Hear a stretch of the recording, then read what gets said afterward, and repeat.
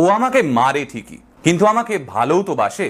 ওর মাথা গরম হলে ও আমার বাবা মা তুলে গালাগাল দেয়, কিন্তু আমি ওকে ছাড়তে পারি না, কারণ আমি ওকে ভীষণ ভালোবাসি। ভুল করছো বন্ধু, বিশাল বড় ভুল করছো।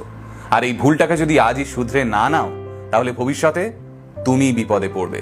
যদি কোনো মানুষ তোমাকে বারবার আঘাত করে, যদি তার মুখের ভাষা শুনে তুমি ভিতরে ভিতরে দুমড়ে মুচড়ে যাচ্ছ জেনেও সে তোমাকে বারংবার অপমান করে, তুমি খুশি আছো কিনা সেটা জানার একবারও চেষ্টা করে না, সত্যি কথা বলো তো, সেই মানুষটা আদৌ কি তোমায় ডিজার্ভ করে?